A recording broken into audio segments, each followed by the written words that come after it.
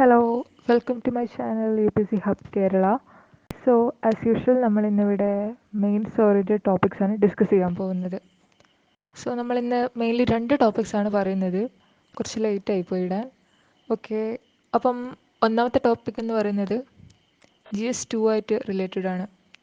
Okay, എൻവയോൺമെൻറ്റുമായിട്ട് related ആണ്. പിന്നെ second topic GS2 governance polity. Okay, polity ആയിട്ട് റിലേറ്റഡ് ആണ്.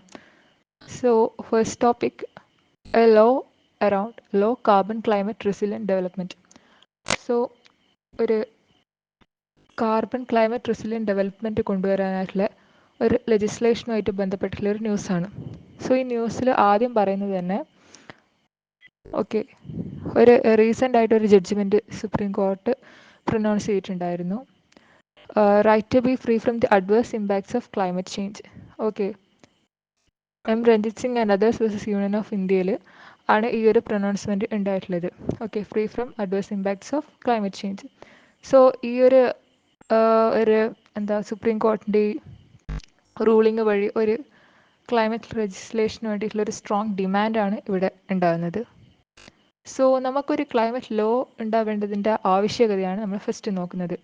ഒന്നാമത്തേന്ന് വെച്ചിട്ടുണ്ടെങ്കിൽ ഈ ക്ലൈമറ്റ് ചേഞ്ചും അത് ഇൻഡ്യൂസ് ചെയ്യുന്ന റിസ്ക്സും ഓവർകം ചെയ്യാൻ വേണ്ടിയിട്ട് നമ്മൾ ഇങ്ങനൊരു ലോ ഉണ്ടാക്കിയിട്ട് വളരെ നല്ലതായിരിക്കും. ഓൾസോ നമ്മൾ ഈ ഉണ്ടാക്കുന്ന ഈ ഈ ക്ലൈമറ്റ് ചേഞ്ച് ഉണ്ടാക്കുന്ന പ്രശ്നങ്ങൾ ഡെവലപ്മെൻറ്റിനെ ഒരുപാട് ഹിൻഡർ ചെയ്യുന്നുണ്ട്. സോ അതുമായിട്ട് റിലേറ്റഡ് ആയിട്ട് വേണം നമ്മൾ ഈ ഒരു ലോസ് ഉണ്ടാക്കേണ്ടത്. ഓക്കെ, പിന്നെയെന്ന് പറയുന്നത് നമുക്കറിയാം ഈ ക്ലൈമറ്റ് ലോസ് ഒക്കെ മോസ്റ്റ്ലി ടോപ്പ് ടു ബോട്ടം ആ ഒരു അപ്രോച്ചാണ് യൂഷ്വലി ഫോളോ ചെയ്യാറ്. അതായത് ലോക്കൽ ലെവലിൽ കാര്യങ്ങൾ നല്ല രീതിയിൽ ഡിസ്കസ് ചെയ്യുക, അങ്ങനത്തെ കാര്യങ്ങൾക്ക് പുറമെ മീൻസ് ഇൻസ്റ്റെഡ് ഓഫ് ദാറ്റ് അവരെന്താ ചെയ്യുന്നത് വെച്ചിട്ടുണ്ടെങ്കിൽ ജസ്റ്റ് ഒരു സെൻട്രലിസ്റ്റിക് അപ്രോച്ചാണ് നൽകുന്നത്. സോ അത് ഒരു തരത്തിലും പ്രോബ്ലം സോൾവ് ചെയ്യാൻ പോകുന്നില്ല. പ്ലസ് ഇവിടെ നമ്മൾ മെയിൻലി ഫോക്കസ് ചെയ്യുന്നത് കാർബൺ എമിഷൻസ് കുറയ്ക്കുന്നതിലാണ്. ക്ലൈമറ്റ് റെസിലിയൻസിലല്ല, കാർബൺ എമിഷൻ കുറയ്ക്കുന്നതിലേക്ക് മാത്രമായിട്ട് നമ്മുടെ ഒരു ക്ലൈമറ്റ് ചേഞ്ചിനെ അഡ്രസ്സ് ചെയ്യേണ്ട ആ ഒരു ഐഡിയ ചുരുങ്ങിപ്പോയിട്ടുണ്ട്. മാത്രമല്ല നമുക്കറിയാം ഒരു ഇൻസ്റ്റിറ്റ്യൂഷണലൈസ്ഡ് ആയിട്ടുള്ള ഒരു സ്ട്രക്ചർ ഉണ്ടെങ്കിൽ തന്നെ പ്രിസൈസ് ആയിട്ടുള്ളൊരു സ്ട്രാറ്റജിക് പ്ലാനിങ്ങും ട്രബിൾ ഷൂട്ടിങ്ങും പിന്നെ പോളിസി ഇവാലുവേഷനും പ്രോപ്പർ വർക്കിംഗ് ഒക്കെ ഉണ്ടാവും. പ്ലസ് നമുക്ക് ഈ ഒരു ടൈമിൽ 67 രാജ്യങ്ങൾ ഓക്കെ 67 രാജ്യങ്ങൾ ക്ലൈമറ്റ് ലോസ് പാസ്സാക്കിയിട്ടുണ്ട്. ഓക്കെ, ക്ലൈമറ്റുമായിട്ട് ബന്ധപ്പെട്ടിട്ടുള്ള എന്തെങ്കിലും ലോസോ അങ്ങനെ എന്തെങ്കിലും ഒരു സംഭവം ഇവർ പാസ്സാക്കുന്നുണ്ട് ഗ്ലോബലി. ഓക്കെ, സോ അതിൻ്റെ ഒരു എക്സാമ്പിളാണ് South Africa's presidential climatic commission for charting course route. അതായത് അവർ എന്തൊക്കെ പോളിസി എടുക്കുന്ന അങ്ങനത്തെ കാര്യങ്ങളൊക്കെ പറയാൻ വേണ്ടിയിട്ടും ഒക്കെ ആയിട്ടുള്ളൊരു കമ്മിറ്റി അല്ലെ കമ്മീഷൻ. സോ ഇന്ത്യ പോലൊരു രാജ്യം ഈ ഒരു ലോ കൊണ്ടുവരുന്നതിൻ്റെ ആവശ്യകത എന്ന് പറയുന്നത് ഇന്ത്യ ഹൈലി വൾണറബിൾ ആണ്. ഓക്കെ, പിന്നെ നമ്മൾ പറയുന്നത് എന്താ പറയുക, efforts for a healthy future. അതായത് നമ്മൾ എന്തൊക്കെയാണ് ചെയ്യേണ്ടതെന്ന്. Okay, so efforts for a healthy future, sustainable future collaborative provide some suggestions. Okay, അപ്പോൾ ഇതിപ്പോൾ നിലവിലുള്ളതാണ്. പിന്നെ ഇമ്മീഡിയറ്റ് നീഡ് എന്ന് വെച്ചിട്ടുണ്ടെങ്കിൽ നമുക്ക് എന്താ പറയുക, ഈ ഗവൺമെൻറ് ലെവലിൽ അതായത് ഗവൺമെൻറ് ബോഡീസിൽ ഇതിനെക്കുറിച്ചുള്ള ഒരു നോളജ് ബേസ് ക്രിയേറ്റ് ചെയ്യുക. ഓക്കെ, ആ ഒരു ക്ലൈമറ്റുമായിട്ട് ബന്ധപ്പെട്ടിട്ടുള്ള കാര്യങ്ങൾ പറയാനും അല്ലെങ്കിൽ ചെയ്യാനൊക്കെ ആയിട്ടുള്ളൊരു കമ്മീഷനോ ഡെവലപ്പ് ചെയ്ത് എടുക്കുക. ഓക്കെ, അങ്ങനെ ഒന്ന് പറഞ്ഞ് സജസ്റ്റ് ചെയ്തിട്ടുള്ള ഒന്നാണ് low carbon development commission. Okay, പിന്നെയെന്ന് വെച്ചിട്ടുണ്ടെങ്കിൽ നമുക്ക് ഇങ്ങനെ ഒരു സ്പെഷ്യലായിട്ടുള്ളൊരു ബോഡി എന്തിനാ, ഒരു ലോ മാത്രം പോരെ അങ്ങനെ നമ്മൾ വിചാരിച്ചിട്ടുണ്ടെങ്കിൽ അതിന് കുറച്ച് കാര്യങ്ങളുണ്ട്. ലൈക്ക് അത് നമുക്ക് മാൻഡേറ്ററി ആയിട്ട് പോകേണ്ടതാണ്. കാരണം വെച്ചിട്ടുണ്ടെങ്കിൽ ഇങ്ങനെ ഒരു പർട്ടിക്കുലർ ആയിട്ടുള്ള ഒരു ഡിസിഷൻ എടുക്കണ്ടെങ്കിൽ ഓഫ് കോഴ്സ് നമുക്കൊരു ബോഡി വേണം. പിന്നെയെന്ന് വെച്ചിട്ടുണ്ടെങ്കിൽ സിസ്റ്റമാറ്റിക് ആയിട്ട് നമുക്ക് എന്തെങ്കിലും ഡൗട്ട്സ് ഉണ്ടെങ്കിൽ കൺസൾട്ട് ചെയ്യാനും എന്തെങ്കിലും ടെക്നോളജിക്കൽ ചേഞ്ചസോ അഡ്വാൻസ്മെൻറ്റോ ഈ ക്ലൈമറ്റ് റെസിലിയൻസ് സ്ട്രാറ്റജീസിൽ യൂസ് ചെയ്യാൻ പറ്റുന്നുണ്ട് നല്ല കാര്യങ്ങളൊക്കെ നമ്മൾ അറിയണമെങ്കിൽ അതിന് കറക്റ്റ് ആയിട്ടുള്ള ഒരു ബോഡി വേണം. പിന്നെയെന്ന് വെച്ചിട്ടുണ്ടെങ്കിൽ എഫക്റ്റീവ് കോർഡിനേഷൻ. ഓക്കെ, പോളിസി നമ്മൾ ഉണ്ടാക്കുന്നുണ്ട്, സോ ഇത് കോർഡിനേറ്റ് ചെയ്യണമെങ്കിൽ ഒരു ബോഡി ആവശ്യമാണ്. ഓക്കെ, അപ്പോൾ അങ്ങനെ ഒരു ഇത് പറഞ്ഞാണ് ക്ലൈമറ്റ് ക്യാബിനറ്റ് ഒരു സജഷനാണ്. നമുക്കറിയാം നമ്മൾ currently ministry of environment forest and climate change ആണ് ഈ കാര്യങ്ങളൊക്കെ നോക്കുന്നത്. Okay, let it be. Plus ഇതിൻ്റെ കൂടെ ഒരു ഹയർ ലെവൽ കോർഡിനേഷൻ കമ്മിറ്റിയും കൂടി വെക്കണം എന്നാണ് ഈ എഡിറ്റോറിയലിൻ്റെ ഓഥർ പറയുന്നത്. സോ നമുക്കറിയാം ഇന്ത്യ ഒരു ഫെഡറൽ നേഷനാണ്.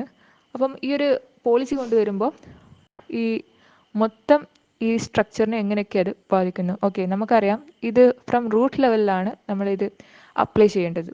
സോ അതിനെന്തൊക്കെ വേണം? 3 കാര്യങ്ങളാണ് ഇവിടെ നമ്മുടെ ഈ ഓഥർ പറയുന്നത്. അതായത് ഈ സാധാരണ sub national state government local ഗവൺമെൻറ്റിന് scientific capacity, national scientific capacity assess ചെയ്യാനുള്ള ഒരു ചാനൽ വേണം, പ്രോപ്പർ കമ്മ്യൂണിക്കേഷൻ വേണം. സോ അവർക്ക് എന്താണ് അവിടെ ഉള്ളത് അത് നല്ല രീതിയിൽ അപ്ലൈ ചെയ്യാനുള്ളൊരു ടെക്നോളജിയോ അല്ലെങ്കിൽ ആ ഒരു റിസോഴ്സ് ഇവർക്ക് കൊടുക്കണം. പിന്നെ നെക്സ്റ്റ് ഫണ്ടിങ് ആണ്. അപ്പം ഈ ഒരു ഫണ്ടിങ് ഇല്ലാണ്ട് ഒന്നും നടക്കില്ല. സോ ഈ സെൻട്രൽ ഗവൺമെൻറ്റും സ്റ്റേറ്റ് ഗവൺമെൻറ്റും തമ്മിലൊരു കോർഡിനേഷൻ വഴി ഫണ്ടിങ് ഒക്കെ ജനറേറ്റ് ചെയ്യാൻ. നെക്സ്റ്റ് എന്ന് പറയുന്നത് ഈ പറഞ്ഞ തന്നെ കോർഡിനേഷൻ മെക്കാനിസം വേണം. ഓക്കെ, അതൊക്കെയാണ് നമ്മുടെ ഈ ഒരു എഡിറ്റോറിയലിൽ പറയുന്നത്. ക്ലൈമറ്റ് പോളിസീനെ കുറിച്ചാണ് പറയുന്നത്. സോ അതത്രയേ ഉള്ളൂ. പിന്നെ നെക്സ്റ്റ് അടുത്ത ഒരു ആർട്ടിക്കിൾ എന്ന് പറയുന്നത് ഇപ്പം നമ്മൾ റീസെൻ്റ്ലി കുറച്ച് എന്താ പറയുക പൊളിറ്റിക്കലായിട്ടുള്ള കാര്യമാണ്. On expunction powers in parliament. അതായത് റീസെൻ്റായിട്ട് നടന്ന കുറച്ച് പൊളിറ്റിക്കൽ ഇഷ്യൂസൊക്കെ ആയിട്ടാണ് നമ്മളിത് ഈ ഒരു ആർട്ടിക്കിൾ ഡിസ്കസ് ചെയ്യുന്നത്. ഓക്കെ, അപ്പം നെക്സ്റ്റ് ടോപ്പിക് ഇതാണ്, on expunction powers in parliament. Rajya Sabha chairman Jagdeep Dhankhar Mallikarjun ഖാർഗേൻ്റെ സ്പീച്ചിൽ നിന്ന് കുറച്ച് പാർട്ട് ഡിലീറ്റ് ചെയ്യുകയുണ്ടായി, റിമൂവ് ചെയ്തു. അതേപോലെ തന്നെ നമ്മുടെ ഓം ബിർള ലോക്സഭാ സ്പീക്കർ രാഹുൽ ഗാന്ധിൻ്റെ സ്പീച്ചിൽ നിന്ന് കുറച്ച് പാർട്സ് ഒമിറ്റ് ചെയ്തിട്ടുണ്ട്. ഓക്കെ, അപ്പോൾ ഇവർ ചെയ്ത ഈ ഒമിഷൻ എന്ന പരിപാടി എന്ന് പറയുന്നതാണ് എക്സ്പെൻഷൻ എന്ന് പറയുന്നത്. ഓക്കെ, അതായത് പർട്ടിക്കുലർ ഭാഗം ഡിലീറ്റ് ചെയ്ത് കളയാം. സോ വെൻ ആ റിമാർക്സ് എക്സ്പെൻഷൻ, എപ്പോഴൊക്കെയാണ് ഈ എക്സ്പെൻഷൻ നടക്കുന്നത്? നമുക്കറിയാം ആർട്ടിക്കിൾ 105 പാർലമെൻ്ററി പ്രിവിലേജസ് ആണ്. അതായത് എം പിമാർക്കുള്ള സർട്ടൻ പ്രിവിലേജസും അവരുടെ ഫ്രീഡം ഓഫ് സ്പീച്ചൊക്കെ റിലേറ്റഡ് ആയിട്ടുള്ള ആർട്ടിക്കിളാണ് 105. ഓക്കെ, അതും ഇതിൽ ബാധകമാണ്. Okay, parliament contains verbatim record. അതായത് നമ്മൾ പാർലമെൻറ്റിൽ നമ്മളൊരു യൂസ് ചെയ്യുന്ന വേർഡ്സിനൊക്കെ ഒരു കൺട്രോൾ ഉണ്ട്. ഓക്കെ, അപ്പം എന്താ പറയുക, ഡിഫേമേറ്ററോ ഇൻഡീസെൻറ്റോ അൺപാർലമെൻ്ററിയോ അല്ലെ അൺഡിഗ്നിഫൈഡോ ആയിട്ടുള്ള വേർഡ്സ് യൂസ് ചെയ്തിട്ടുണ്ടെങ്കിൽ, വേർഡ്സോ എക്സ്പ്രഷൻസോ ഫ്രേസസോ യൂസ് ചെയ്തിട്ടുണ്ടെങ്കിൽ അത് നമ്മുടെ ഈ പ്രിസൈഡിങ് ഓഫീസർക്ക്, അതായത് ലോക്സഭയിലാണെങ്കിൽ സ്പീക്കർക്ക്, രാജ്യസഭയിലാണെങ്കിൽ ചെയർമാന് അത് റിമൂവ് ചെയ്യാനോ ഡിലീറ്റ് ചെയ്യാനുള്ള പവർ ഉണ്ട്. ഓക്കെ, അപ്പം ഈ ലോക്സഭ സെക്രട്ടേറിയറ്റ് ആണ് അൺപാർലമെൻ്ററി വേർഡ്സിൻ്റെ ഒരു ലിസ്റ്റ് തന്നെ ഇവരുടെ അടുത്തുണ്ട്. ഓക്കെ, ആർക്കൊക്കെ ചെയ്യാൻ നമുക്ക് പറയും? Presiding officers. അതായത് ഇവർ ഒരു ഡിസിഷൻ എടുത്തു കഴിഞ്ഞിട്ടുണ്ടെങ്കിൽ ഇന്നേത് വേർഡ്സ് അല്ലെ ഈ ഫ്രേസസ് ഒക്കെ റിമൂവ് ചെയ്യേണ്ടതാണ് എന്നവർ തീരുമാനിച്ചിട്ടുണ്ടെങ്കിൽ അതിൽ പിന്നെ ഡിബേറ്റ് ഇല്ല. ഓക്കെ, അവരുടെ ഡിസ്ക്രിപ്ഷനാണിത്. പിന്നെ അഡീഷണലി ഇവിടെ വേറെയും ചാൻസസ് ഒക്കെ പറയുന്നുണ്ട്. ഓക്കെ, ഏതൊക്കെ സമയത്ത് നമുക്ക് ഈ ഒരു പവർ യൂസ് ചെയ്യാം? ഒന്ന്, നാഷണൽ ഇൻട്രസ്റ്റ് പ്രെജുഡീഷ്യൽ ആയിട്ടുള്ള ഒരു എന്താ പറയുക, due to be prejudicial to national interest. Okay, national ഇൻട്രസ്റ്റിനെതിരായിട്ടോ അല്ലെങ്കിൽ പ്രെജുഡീഷ്യലായിട്ടോ എന്തെങ്കിലും ഒരു കമൻറ്റ് ഇട്ടിട്ടുണ്ടെങ്കിൽ അവിടെ നമുക്കിത് യൂസ് ചെയ്യാം. പിന്നെ ഫോറിൻ റിലേഷൻ, അതായത് ഫ്രണ്ട്ലി ഫോറിൻ റിലേഷന് ഡിട്രിമെൻ്റൽ ആയിട്ടുള്ള എന്തെങ്കിലും കമൻറ്റ് യൂസ് ചെയ്തിട്ടുണ്ടെങ്കിൽ അവിടെ യൂസ് ചെയ്യാം. പിന്നെ causing derogatory to dignitaries. Okay, national sentiments offend ചെയ്യോ അല്ലെങ്കിൽ നാഷണൽ ആയിട്ടുള്ള ഏതെങ്കിലും ഫിഗേഴ്സിനെ എന്താ പറയുക ഒഫൻഡ് ചെയ്യുന്ന രീതിയിലുള്ള കമൻസോ സ്റ്റേറ്റ്മെൻറ്റ്സോ ഒക്കെ ഈ വഴി ഡിലീറ്റ് ചെയ്യാം. ഓക്കെ, പിന്നെ റിലീജിയസ് സെൻറ്റിമെൻറ്റ്സിനെ ഹാം ചെയ്യുന്ന തരത്തിലുള്ള കമൻസും അങ്ങനത്തെ സ്റ്റേറ്റ്മെൻറ്റ്സും ഒക്കെ ഈ റീജിയനിൽ പെടും. പിന്നെ നമ്മളെ ചെയറിനെ, അതായത് നമ്മളെ പ്രിസൈഡിങ് ഓഫീസറിനെ എന്താ പറയുക ഡിഗ്നിറ്റി ഹാം ചെയ്യുന്ന രീതിയിൽ എന്തെങ്കിലും സ്റ്റേറ്റ്മെൻറ്റ്സ് ഉണ്ടാക്കിയാൽ അതും വേണമെങ്കിൽ ഡിലീറ്റ് ചെയ്യാം. ഓക്കെ, അപ്പം ഹിസ്റ്റോറിക്കലായിട്ട് പറഞ്ഞിട്ടുണ്ടെങ്കിൽ ഈ ഒരു സംഭവം നെഹ്റുവിൻ്റെ ടൈമിൽ തന്നെ ഉണ്ട്. ഓക്കെ, അപ്പം നെഹ്റുവിൻ്റെ ആ ഒരു ടൈമിൽ തന്നെ ഈ ഒരു എക്സ്പെൻഷൻ ഫിനോമിനൻ നടക്കുന്നുണ്ട്. ഓക്കെ, ജസ്റ്റ് അത് അറിഞ്ഞിരിക്കുക.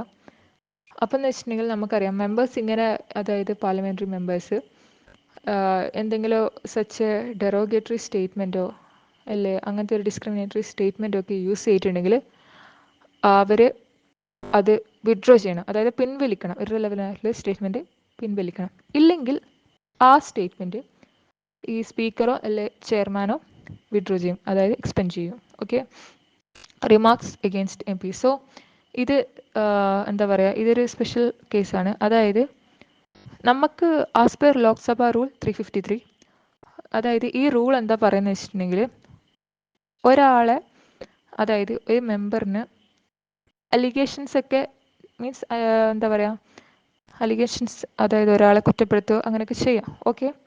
ബട്ട് അതിന് മുമ്പ് ഈ കൺസേൺഡ് ആയിട്ടുള്ള മിനിസ്റ്റർക്ക് ഒരു അഡ്വാൻസ് നോട്ടീസ് കൊടുക്കണം. പ്ലസ് അദ്ദേഹത്തിന് ഇതിനെക്കുറിച്ച് ഇൻക്വയറി നടത്തി അതിനെക്കുറിച്ചുള്ള ഫാക്ട്സ് റിവീൽ ചെയ്യാനുള്ള ടൈമും കൊടുക്കണം, ഓക്കെ, ഒരു അലിഗേഷൻ മേക്ക് ചെയ്യുന്നുണ്ടെങ്കിൽ. പക്ഷേ ഈ പറഞ്ഞ അലിഗേഷൻ ഡിഫേമേറ്ററിയോ അല്ലെ ഇൻക്രിമിനേറ്ററിയോ അല്ലെങ്കിൽ ഇതൊന്നും ബാധകമല്ല, ഇത് അപ്ലൈ ചെയ്യൂല.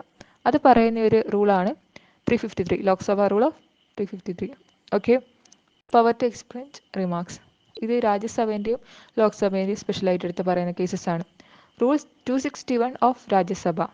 Chairman can order expansion for words or phrases if defamatory, indecent, unparliamentary or undignified.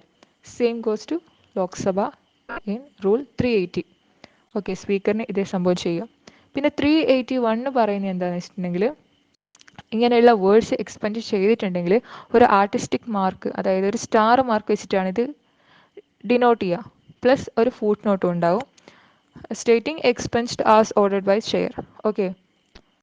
ഇവിടെ ഒരു സ്പെഷ്യൽ കേസ് വേറെയും പറയുന്നുണ്ട്. ഒരു എം പിക്ക് മിനിസ്റ്റർ ക്വസ്റ്റ്യൻ ചെയ്യാം, ഓക്കെ. എന്തുകൊണ്ട്? Simply they're accountable to the parliament.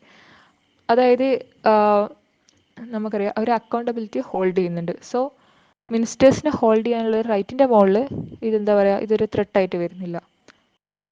അപ്പം അത്രയുള്ള എക്സ്പെൻഷൻ എന്ന് പറയുന്നത് അത്യാവശ്യം ഇമ്പോർട്ടൻ്റ് ആയിട്ടുള്ള ഒരു ആർട്ടിക്കിൾ ആയിരുന്നു. So hope you enjoyed my video. Thank you. Bye.